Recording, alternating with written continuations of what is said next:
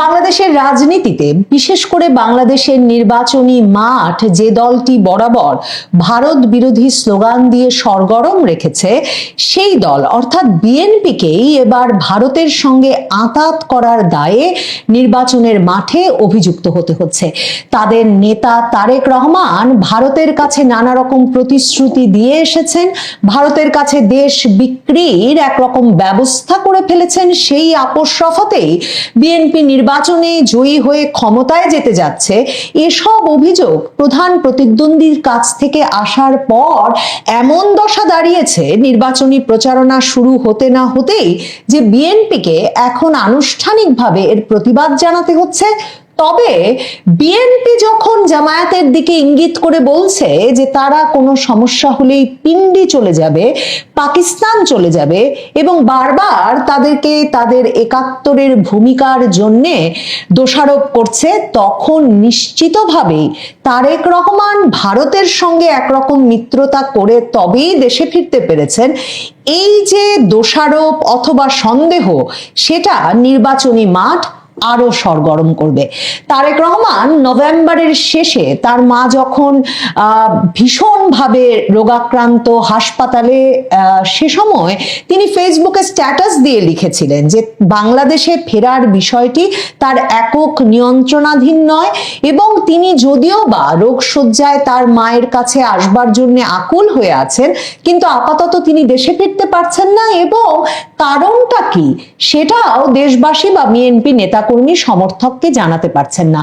তার সপ্তাহ দুয়েকের মধ্যেই যখন তারেক রহমানের দেশে ফেরার ঘোষণা চলে এলো, তখন থেকেই জামায়াতে ইসলামী সহ বাংলাদেশের রাজনৈতিক পর্যবেক্ষক বিশ্লেষকেরা একরকম এ বিষয়ে নিশ্চিত হয়েছিলেন যে মার্কিন যুক্তরাষ্ট্র, ভারতের মতো যে বাংলাদেশের রাজনীতিতে অত্যন্ত প্রভাবশালী এই দেশগুলোর গ্রিন সিগন্যাল পাওয়া এবং বাংলাদেশের সেনাবাহিনী, এই তিন তরফের সকল বাধা দূর হয়ে যাওয়ার ফলেই তারেক রহমানের বাংলাদেশ ফেরা সম্ভব হয়েছে।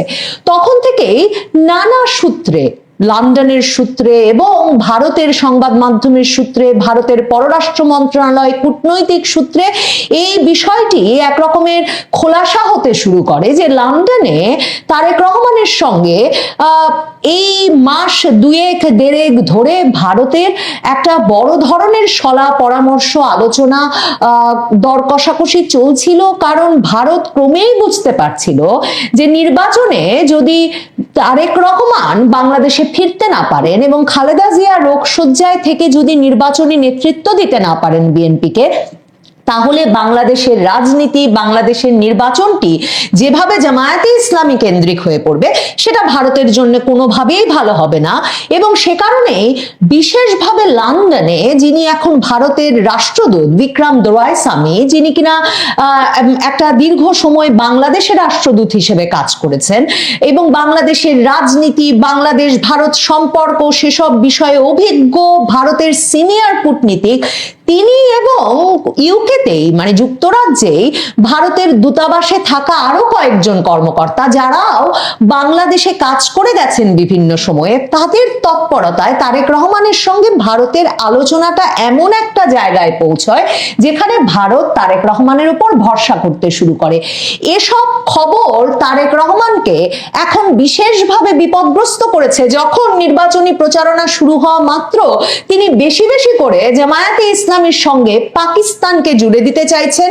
তিনি এমন স্লোগান দিয়ে তার নির্বাচনী প্রচারণা সিলেট থেকে শুরু করেছেন যে দিল্লি নয়, পিন্ডি নয়, সবার আগে বাংলাদেশ। এবং তিনি এমন স্লোগানও চালু করতে চেয়েছেন, মঞ্চে এমন কথাও বলেছেন যে একজন দিল্লি গেছে, আরেকজন কিছু হলেই পিন্ডি যায়।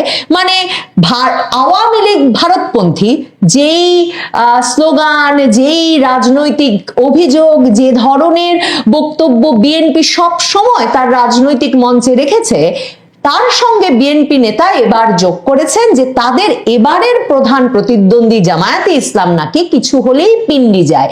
এসব বলে তিনি যখন রাজনৈতিক মাঠ সরগরম করতে চাইছেন, তখন জামায়াতে ইসলামীর নায়েবে আমির মানে জামায়াতে ইসলামীর বর্তমানের দ্বিতীয় সর্বোচ্চ নেতা, তিনি রীতিমতো জনসভায় দাঁড়িয়ে সরাসরি বলেছেন যে একটি দল ভারতের সঙ্গে আঁতাত করে ক্ষমতায় আসতে চায়। সৈয়দ মোহাম্মদ তাহের কুমিল্লার ওই জনসভায় সেখানেই থামেন নাই, তিনি মাথা ব্যথার কারণ হয়ে উঠেছেন বিএনপির, কারণ তিনি সুনির্দিষ্টভাবে বলেছেন যে একটা দল ভারতের সঙ্গে তিনটি চুক্তি করেছে এবং ভারতের সঙ্গে বিএনপির ওই চুক্তির ফলে ভারত বিএনপিকে কথা দিয়েছে যে তারা ক্ষমতায় আসতে পারবে। সৈয়দ মোহাম্মদ তাহের নির্বাচনী জনসভায় দাঁড়িয়ে কুমিল্লায় বলেছেন যে পত্রিকায় এসেছে প্রতিদ্বন্দ্বী দলের প্রধান ভারতের সঙ্গে 3টি শর্তে চুক্তি করেছেন এবং সেই নির্বাচনী জনসভায় দাঁড়িয়ে সৈয়দ মোহাম্মদ তাহের এরপর ভারতের পশ্চিমবঙ্গের প্রভাবশালী পত্রিকা আনন্দবাজার পত্রিকার উদাহরণ দিয়ে বলেছেন যে আনন্দবাজার পত্রিকায় একটা সংবাদ প্রকাশিত হয়েছে যেখানে বলা হয়েছে প্রতিদ্বন্দ্বী দলের প্রধান ভারতের সঙ্গে 3টি শর্তে চুক্তি করেছেন। প্রথমত, ফ্যাসিবাদের সঙ্গে যুক্ত ছিল যারা তাদের পুনর্বাসন করতে হবে। দ্বিতীয়ত, বাংলাদেশের আত্মরক্ষার জন্য অস্ত্র কিনতে হলে ভারতের অনুমতি নিতে হবে এবং ভারতের অনুমতি ছাড়া কোনো অস্ত্র কেনা যাবে না। তৃতীয়ত, এদেশের ইসলামপন্থী দলগুলোকে দমন করতে হবে। এই খবরের প্রতিবাদ যেহেতু প্রতিদ্বন্দ্বী দলটি করেনি, সৈয়দ মোহাম্মদ তাহের আব্দুল্লাহ মোহাম্মদ তাহের বলেছেন এতেই প্রমাণিত হয় যে আনন্দবাজার পত্রিকার ওই খবর সত্যি, যে তা নিয়ে একটা চুক্তি করে এসেছেন। দেখেন, এই যে তারেক রহমান ফিরেছেন পর থেকে, মানে ভারতকে তিনি কি কথা দিয়ে এসেছেন তার মধ্যে সবচেয়ে বেশি আলোচিত হয়েছে যেটা, এবং তারেক রহমান ফিরেই যেহেতু 25শে ডিসেম্বর ফিরেই তিনি যেহেতু আওয়ামী লীগ সম্পর্কে কোনো কটূক্তি করেন নাই, কোনো মানে খুবই তীব্র ভাষায় আওয়ামী লীগকে কোনো আক্রমণ করেন নাই, তিনি শান্তি চাই শান্তি চাই শান্তি চাই বলেছেন এবং সকলে মিলে বাংলাদেশ গড়ে তুলতে হবে, একটা ঐক্যবদ্ধ বাংলাদেশ গড়তে হবে, এসব বলেছেন। তখন সন্দেহ আরো দানা বেঁধেছে যে ভারতকে নিশ্চয়ই তিনি কথা দিয়ে এসেছেন যে তিনি নির্বাচিত হলে এমন একটা পরিবেশ তৈরি করবেন যার ফলে একটা অন্তর্ভুক্তিমূলক রাজনীতির পরিবেশ তৈরি হবে। কেউ কেউ আরেকটু এগিয়ে গিয়ে বলছিলেন যে তিনি ভারতকে এমন কথা বলে এসেছেন যে নির্বাচনের আগেই তিনি একটা অন্তর্ভুক্তিমূলক নির্বাচন মানে আওয়ামী লীগ সহ নির্বাচনের একটা ব্যবস্থা করতে উদ্যোগী হবেন। মানে এই যে সৈয়দ মোহাম্মদ তাহের প্রথম যে শর্তটির কথা বলেছেন যে তারা নির্বাচিত হয়ে ফ্যাসিবাদের সঙ্গে যুক্ত ছিল যারা তাদের পুনর্বাসন করবে, এই সন্দেহটাই সবচেয়ে বেশি মাত্রায় ছিল, কারণ ভারত ক্রমাগতভাবে বলে আসছে যে বাংলাদেশের রাজনৈতিক স্থিতিশীলতার জন্য, এই অঞ্চলের নিরাপত্তার জন্য আওয়ামী লীগের রাজনৈতিক কার্যক্রম নিষিদ্ধ রাখা একটা গুরুতর প্রভাব ফেলবে, এটা কোনো সমাধান হতে পারে না। আওয়ামী লীগকে নির্বাচনে এবং রাজনীতিতে অংশগ্রহণ করতে দিতে হবে। কাজেই তারেক রহমানের প্রতি সে সন্দেহটা সবচেয়ে বেশি। সৈয়দ মোহাম্মদ তাহের দ্বিতীয় যে অভিযোগটা করেছেন, যে দ্বিতীয় যে শর্ত তারেক রহমান চুক্তিতে সই করে এসেছেন ভারতের সঙ্গে, যে বাংলাদেশের আত্মরক্ষার জন্য অস্ত্র কিনতে হলে ভারতের অনুমতি নিতে হবে, ভারতের অনুমতি ছাড়া কোনো অস্ত্র কেনা যাবে না। এটার সঙ্গে এই যে নতুন যে মার্কিন রাষ্ট্রদূত এসেছেন ব্রেন্ট ক্রিস্টেনসন, তিনি 2-3 দিন আগে বাংলাদেশের গণমাধ্যমকে ডেকে বলেছেন যে এই বার্তা তারা সরাসরি অন্তর্বর্তী সরকার এবং বাংলাদেশ সেনাবাহিনীকে দিয়েছেন যে এই যে বাংলাদেশের অন্তর্বর্তী সরকার এবং সেনাবাহিনী ব্যাপক পরিমাণ অস্ত্রশস্ত্র এবং সামরিক সরঞ্জামাদি কিনছে চীনের কাছ থেকে, এটা মার্কিন যুক্তরাষ্ট্র একেবারেই পছন্দ করছে না, কারণ মার্কিন যুক্তরাষ্ট্র শুধুমাত্র বছরে $15 লক্ষ বাংলাদেশের সেনাবাহিনীর প্রশিক্ষণের জন্য খরচ করে এবং ইন্দো প্রশান্ত মহাসাগরীয় অঞ্চল, মার্কিন যুক্তরাষ্ট্রের যে নিরাপত্তা অঞ্চলে বাংলাদেশ এবং ভারত দুই দেশই অবস্থিত, সেখানে ভারতকে মার্কিন যুক্তরাষ্ট্র মিত্র দেশ বলে মনে করে এবং মার্কিন যুক্তরাষ্ট্রের বাংলাদেশের সেনাবাহিনীর প্রতি পরামর্শ হচ্ছে যে বাংলাদেশ সেনাবাহিনী যেই সামরিক কৌশলই প্রণয়ন করবে, যে সামরিক অস্ত্রশস্ত্রই কেনার সিদ্ধান্ত নেবে, সেটা চীন থেকে কেনা উচিত হবে না, কারণ মার্কিন যুক্তরাষ্ট্র সেটা পছন্দ করে না এবং তাদের কি প্রয়োজন মার্কিন যুক্তরাষ্ট্র প্রত্যাশা করে যে বাংলাদেশ সেনাবাহিনী সেটা তাদেরকে জিজ্ঞেস করবে এবং মার্কিন যুক্তরাষ্ট্র তার মানে মার্কিন অস্ত্র যদি বেশি দামি হয় তাহলে মার্কিন যুক্তরাষ্ট্রের মিত্র দেশগুলোর সঙ্গে আলোচনা করে সে সমস্যার সমাধান করবে, কিন্তু চীন থেকে কেনা চলবে না। কাজেই আব্দুল্লাহ মোহাম্মদ তাহের দ্বিতীয় শর্ত যেটা বলছেন সেটাও কিন্তু আকাশ থেকে পড়েনি, তারও একটা সন্দেহের ভিত্তি আছে বই কি। কারণ জামায়াতে ইসলামীর সঙ্গে চীনের সম্পর্কটা বরাবর অতি ঘনিষ্ঠ, বিশেষ করে 24-এর 5ই আগস্টের পর থেকে এ সম্পর্কটা আরো ঘনিষ্ঠতর হয়ে উঠেছে এবং সৈয়দ মোহাম্মদ তাহের ওই সূত্র মিলিয়ে এই দ্বিতীয় শর্তের কথা নির্বাচনী জনসভায় ছেড়ে দিয়েছেন। এরপর তৃতীয়ত তিনি বলেছেন যে ভারতের সঙ্গে তাদের শর্ত হয়েছে যে এদেশের ইসলামপন্থী দলগুলোকে দমন করতে হবে, মানে জামায়াতে ইসলামীর মতো দলগুলোকে একরকম দমন করতে হবে। কারণ জামায়াতে ইসলামী জানে ভারত হলো একমাত্র দেশ যারা সুস্পষ্টভাবে, যে দেশটির কূটনৈতিকরা, পররাষ্ট্র মন্ত্রণালয়ের কর্মকর্তারা, একাডেমিকরা, সাংবাদিকরা সকলেই বলছেন যে ভারত সকল দলের সঙ্গেই যোগাযোগ করছে বটে, এমনকি জামায়াতে ইসলামীর সঙ্গেও তাদের যোগাযোগ স্থাপিত হয়েছে বটে, কিন্তু মার্কিন যুক্তরাষ্ট্র, যুক্তরাজ্য, পশ্চিমের অনেক দেশও জামায়াতে ইসলামীকে যেভাবে একটা মধ্যপন্থী ইসলামী দল হিসেবে দেখে বা দেখতে শুরু করেছে সেটা ভারতের পক্ষে দেখা সম্ভব নয়। কারণ ভারত মনে করে ভারতের সঙ্গে এমনকি বিএনপির যে ব্যাপক দূরত্ব তৈরি হয়েছিল 2001 সালের 4 দলীয় জোট সরকার গঠিত হওয়ার পরে, ভারত মনে করে সে সময় বিএনপি এবং বেগম খালেদা জিয়ার ওপর এই যে 4 দলীয় জোটে জামায়াতের একটা সবল উপস্থিতি সেটা একটা বড় ধরনের প্রভাব ফেলেছিল এবং সেটাই বিএনপির সঙ্গে ভারতের সম্পর্কটাকে এত খারাপ করেছিল যে বিএনপি সে সময় উত্তর পূর্বাঞ্চলকে একরকমের অস্থির করে তুলতে উত্তর পূর্বাঞ্চলের বিচ্ছিন্নতাবাদী গোষ্ঠীগুলোকে, ভারতের উত্তর পূর্বাঞ্চলের বিচ্ছিন্নতাবাদী গোষ্ঠীগুলোকে বাংলাদেশের ভূমিতে শক্তি সঞ্চয়ের সুযোগ দিয়েছিল। এমনকি 10 ট্রাক অস্ত্র এসেছিল সে সময়, যেই 10 ট্রাক অস্ত্র নিয়ে আসার সুযোগ করে দিয়েছিল বিএনপি সরকারের শীর্ষস্থানীয় কর্মকর্তারা। তারেক রহমানকে ভারতের সন্দেহ, হাওয়া ভবনকে সন্দেহ, ভারতের সন্দেহ, সে সময়ের শীর্ষস্থানীয় নিরাপত্তা কর্মকর্তাদের, যেই 10 ট্রাক অস্ত্র ভারতের বিরুদ্ধে ব্যবহারের জন্য চীন থেকে নিয়ে আসা হয়েছিল। ভারতের অভিযোগ সেটা বিএনপি মানে সবে জামায়াত ইসলামীকে পাকিস্তান পাঠিয়ে দেওয়ার স্লোগান তুলে যখন নির্বাচনী মাঠ গরম করতে চাইছে তখন এমন বিপদে পড়েছে সৈয়দ মোহাম্মদ তাহেরের একেবারে সুনির্দিষ্টভাবে 3 শর্ত নির্বাচনী সমাবেশে আলোচনা করে সেটা পত্রিকায় শিরোনাম হয়ে যাওয়ার পর যে এখন তারা আনুষ্ঠানিকভাবে প্রতিবাদ করে বলেছে ভারতের সঙ্গে আপোষের বিষয়ে সৈয়দ মোহাম্মদ তাহেরের এই বক্তব্যটি একটা সম্পূর্ণ অপপ্রচার। শনিবার গুলশানে বিএনপি কার্যালয়ে আয়োজিত সংবাদ সম্মেলনে সাংবাদিকদের প্রশ্নের জবাবে এই অবস্থান তুলে ধরেছেন বিএনপির নির্বাচন পরিচালনা কমিটির মুখপাত্র মাহদি আমিন।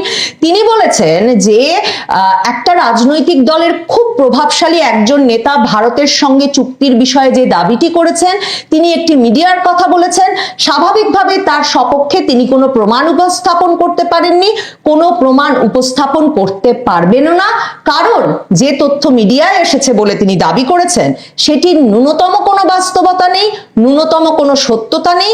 তাহলে আমরা কি বলতে পারি যে বিতর্ক তৈরি করার জন্য এটা একটা রাজনৈতিক অপকৌশল, অপপ্রচার? তারেক রহমানের সঙ্গে ভারতের একটা বোঝাপড়া তো হয়েছে বটেই, যে সূত্রে এস জয়শঙ্করের বাংলাদেশে আসা, কিংবা তারেক রহমানের মা যিনি একসময় নির্বাচনী প্রচারে বলেছিলেন যে আওয়ামী লীগ যদি ক্ষমতায় আসে তাহলে তার পিতৃভূমি ফেনী পর্যন্ত ভারতের অংশ হয়ে যাবে আর ভারতের প্রভাবে বাংলাদেশের মসজিদে মসজিদে উলুধ্বনি শোনা যাবে। প্রধানমন্ত্রী মোদী সহ ভারত সরকার যেভাবে তার সময়ে, খালেদা জিয়ার সময়ে ভারত বাংলাদেশ বন্ধুত্ব নিয়ে উচ্ছ্বসিত হয়েছেন তার মৃত্যুর পর, তাতে বুঝতে বাকি থাকে না তারেক রহমানের সঙ্গে একরকম বোঝাপড়া ভারতের হয়েছে বটে। কাজেই প্রধান প্রতিদ্বন্দ্বী জামায়াতে ইসলামী তা নিয়ে তাকে নানাভাবে নাস্তানাবুদ করতে চাইবেন নির্বাচনী প্রচারে, সেটাও বোধহয় একটা নিয়মিত ঘটনা হয়ে দাঁড়াবে। গণভোটের নামে যে মহড়া চলছে তার পেছনে একটাই চরম সত্য, ডক্টর মোহাম্মদ ইউনূস ক্ষমতা ছাড়তে রাজি নন। আসল লক্ষ্য তার বঙ্গভবন, রাষ্ট্রপতির চেয়ার, যেখানে বসে তিনি একচ্ছত্র আধিপত্য বিস্তার করবেন বিশ্বব্যাংক, IMF, হিলারির ছায়াতলে। তথাকথিত জুলাই জাতীয় সনদের 7ম অনুচ্ছেদে 180 কার্যদিবসের কথা বলা হলেও সেটি কাগজেই সীমিত। বাস্তবে এই সময়টাকে ব্যবহার করা হবে সংবিধানকে এমনভাবে খোল নলচে বদলাতে যেন পরবর্তী কোনো নির্বাচনেই তার পদত্যাগ বাধ্যতামূলক না হয়। কার পদত্যাগ? ডক্টর ইউনূসের। সংসদের দ্বৈত ভূমিকার ফর্মুলা তৈরি করা হয়েছে কেবল ইউনূসকে প্রধান নির্বাহী থেকে রাষ্ট্রপতি হিসেবে উত্তরণের সিঁড়ি হিসাবে। জনপ্রতিনিধিরা সংসদ সদস্য হবেন আর তিনি থাকবেন প্রধান উপদেষ্টা বা সংবিধান সংস্কারের প্রধান হিসেবে, যার ফলে প্রধানমন্ত্রীর পদটি হয়ে যাবে ফাঁপা একটা আলংকারিক পদ। রাষ্ট্রপতির পদটি কার্যকর হবে আর সেই কার্যকর রাষ্ট্রপতি হবেন ডক্টর ইউনূস নিজেই। ডক্টর ইউনূসের এরকম পরিকল্পনা নতুন নয়। 2007-8 সালের তত্ত্বাবধায়ক সরকারের সময় তিনি খালেদা জিয়াকে 3টি শর্ত দিয়েছিলেন: জামায়াতকে বিচ্ছিন্ন করা, সিনিয়র নেতাদের ফিরিয়ে আনা এবং তাকে রাষ্ট্রপতি করা।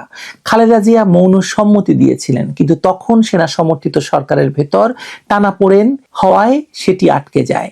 এখন সেই অসমাপ্ত খেলা শেষ করার সময় এসেছে বলে ডক্টর ইউনূস মনে করছেন। অন্তর্বর্তী সরকারের মাথায় বসে তিনি প্রথমে গণভোটকে হ্যাঁ ভোটে রূপান্তর করবেন, এরপর সংসদকে গণপরিষদ বানিয়ে সংবিধানে 142 অনুচ্ছেদের মাধ্যমে জরুরি ক্ষমতা নিয়ে রাষ্ট্রপতির হাতে নির্বাহী ক্ষমতা কেন্দ্রীভূত করবেন।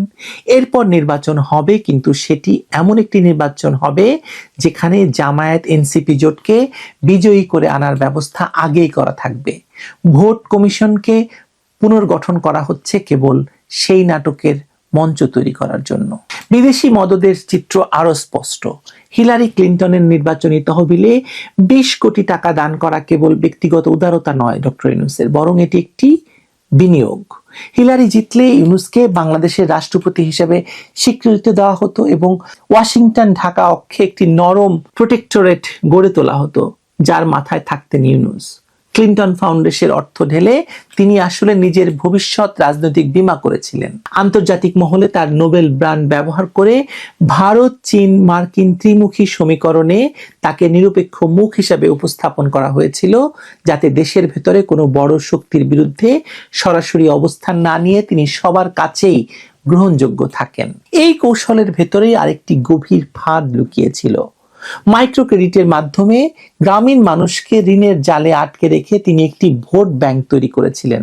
যারা ভোট দেবেন ভয়ে, কারণ তারা জানে ঋণ খেলাপি হলে বাড়ি জমি সব জব্দ হয়ে যাবে। এই অর্থনৈতিক ভয়কে রাজনৈতিক নিয়ন্ত্রণে রূপান্তরের কৌশল এর আগেও তিনি ব্যবহার করেছেন, আর ইউনূস সেটা করেছিলেন তার নোবেলের মোড়কে। ফলে এই যে গণভোটে হ্যাঁ ভোট পাওয়ার জন্য তিনি শুধু প্রচারণা চালাচ্ছেন তা নয়, একটি আর্থিক সন্ত্রাসের চাপও তৈরি করছেন। সংবিধান বিশেষজ্ঞ স্বাধীন মালিক যেটিকে অনিশ্চয়তা বলছেন, সেটি আসলে ইউনূসের পরিকল্পিত অনিশ্চয়তা। যতদিন সংবিধান সংস্কার চলবে ততদিন তিনি ক্ষমতায় থাকবেন, সংস্কার শেষ হলে তিনি রাষ্ট্রপতি হবেন। এই দুই ধাপের মাঝে কোনো ফাঁকা সময় নেই, আছে কেবল একটি সিল্কের পর্দা, behind which the real crown is waiting.